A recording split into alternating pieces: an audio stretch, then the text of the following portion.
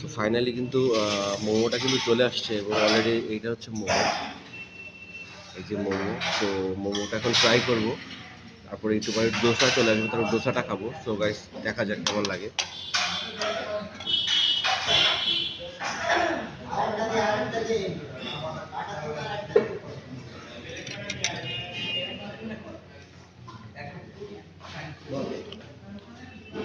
খুব একটা বেশি ভালো বলা যায় না, মোটামুটি।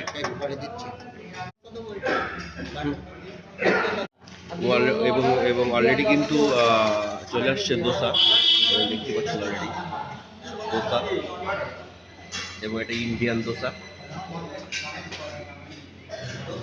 তো এখানে কিন্তু অলরেডি সব ইন্ডিয়ান খাবার দাবার পাওয়া যায়। অলরেডি দেখতে পাচ্ছেন কত বড় দোসা, একটা দেখতে পাচ্ছেন সেই একটা বড় দোসা, সেই বড়।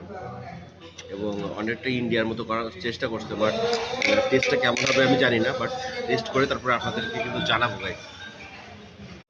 সো গাইস ফাইনালি কিন্তু এখন দোসা খাওয়ার জন্য চলে আসছে, এবং অলরেডি সাতক্ষীরায় কিন্তু এটা অনেক ফেমাস একটা রেস্টুরেন্ট।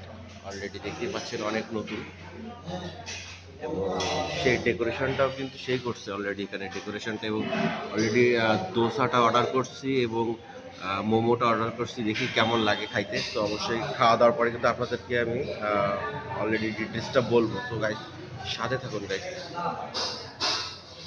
অলরেডি দেখতেই পাচ্ছেন কত সুন্দর ডেকোরেশন করা।